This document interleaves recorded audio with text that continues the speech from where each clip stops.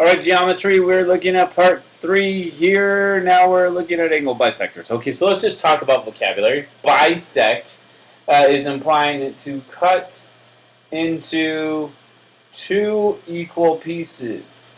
That's what it means to bisect, kind of cut it in halves. I know a lot of people say cut in half, but bisect, what we see is it's split into two pieces. That means that this angle and this angle are the same. Well, they just told us that measure of angle 2 equals this, measure of angle 1 equals that. And we know those are equal. Okay, so 4x plus 11 equals 5x plus 4. Now it's just some algebra. Subtract 4x, subtract 4x, subtract 4, subtract 4, and x equals 7. Boom, done. That was almost too easy. Let's do another one. Part 3, boom, boom, boom, number 3 out of 4. We're going to do 4 videos here. Okay, so part 3 of 4. Find x. Each figure shows one of the medians. All right, what does it mean for something to be a median? Well, if it's a median, that means it makes midpoints. So that means that U is a midpoint. That means that SU and UQ are equal. And SV and VR are equal. Okay. US equals x over 2. So this piece right here is x over 2. And UQ equals 2x minus 3 over 2. That means, again, I have equal congruent relationships. So x over 2 equals 2x minus 3 over 2. Well, look at this convenience. Multiply by 2 on both sides, and you got denominators taken care of. Whoops, no more 2's. Take that back. X then equals 2x minus 3. Okay, so now we got some algebra. Moving things, or not plus, we want to do a minus. This x minus the 1x there, plus the 3. So that gives us 0 here, 0 here. 3 on the left, x on the right. Whoa, that was fast. 3 equals x. Piece of cake. Number 57. Same idea. These are medians. So bx if EB equals 1. So EB equals 1.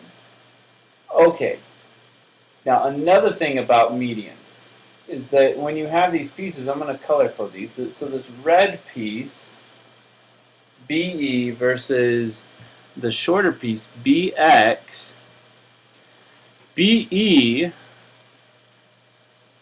is longer. It's going to be equal to twice the length of BX. 2 times 2. It's double it. Okay, so BE is 1. That means that BX must have been 1/2. Because 2 times something equals 1, and the only thing that could be is if it was 1/2. So BX is 1/2. That's how easy that is. Similarly, this over here says EZ if EW equals 14.2. Notice that EW is slightly longer, so that's 14.2. The smaller half of that, WZ, is, how much is that? That's half that, so that's 7.1. But it's asking for EZ, which would be the whole thing. You got to add those two numbers together, and you get 21.3. I was doing that one mostly because it's a little bit quicker, but it had something a little more complex. It's good to see kind of multiple versions of that prompt. Similarly, back a couple. Let's go check these out. Number 54 is very much like 53, but you might see, let's say it didn't give you these two bisected pieces, but if it gave you a bisected piece and the whole thing, well, then you would say this plus itself equals the whole thing, because it's like duplicates, not equal. You would have to say that you duplicate it, and then that would equal the whole, because a half plus a half is a whole. That's something you learn way early in math, but sometimes we forget it here in geometry. Here's a half, and here's a half, and this is a whole.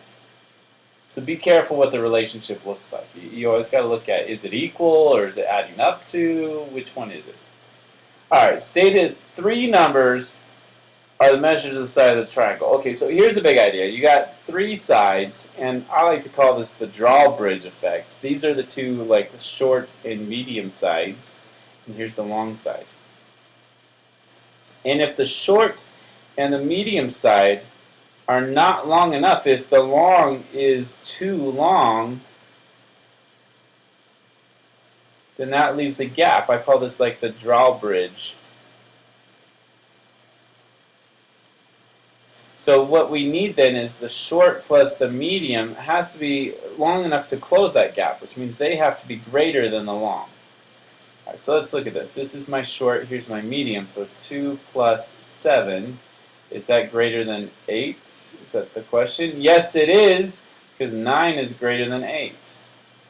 All right, let's look at 61. Is 3 plus 7 greater than 10? That's the question we're trying to ask. Is 10 greater than 10? No! No, it's not. It's equal. Now, even if this said 3.1, that would be enough to be greater, but it's not greater. It's just equal. Therefore, no, not a triangle, but for the first one, yes, it is a triangle.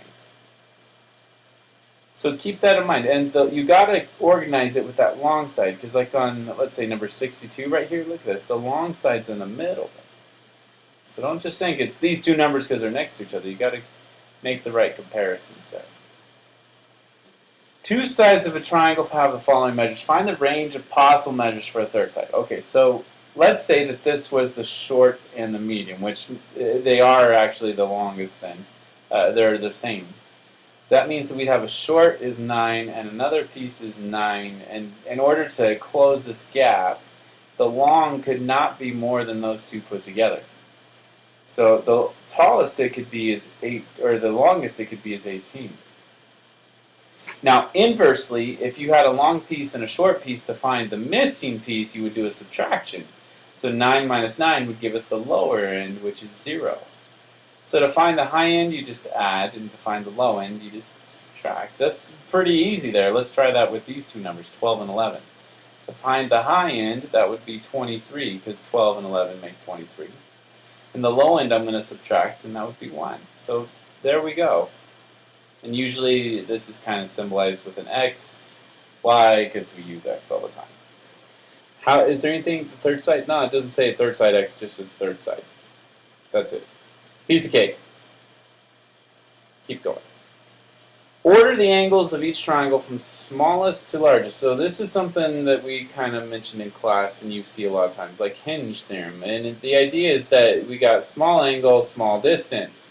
Take the same two lines, and you got big angle, big distance. So when we go across, this 9 across from the Z means that the Z is the smallest. So I'm going to put a 1 there. And then from the Y, the 12, that's the biggest, so I'm going to put a 3 over there. And across from the 11, that would be the middle. So if we were to order these 1, 2, 3, we'd have Z, then X, then Y. Cool, cool, cool. Angle Z, angle X, angle Y. Let's do the same thing over here. 14 is the smallest of the three numbers, so that means S is 1. 18 is the next smallest, so T would be 2, and leaving R to be 3.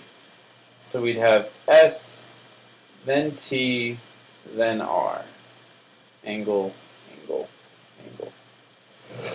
Piece of cake, right? Yep. Order the sides of each triangle from shortest to longest. Okay, so now we're doing the same thing, but in the reverse order, or not the reverse order, but in the reverse reasoning, the angles and sides. So the smallest angle here, now, okay, this is kind of not fair because these are the same. So let's skip 69. This shouldn't happen on your test, but if it does, I would accept both answers.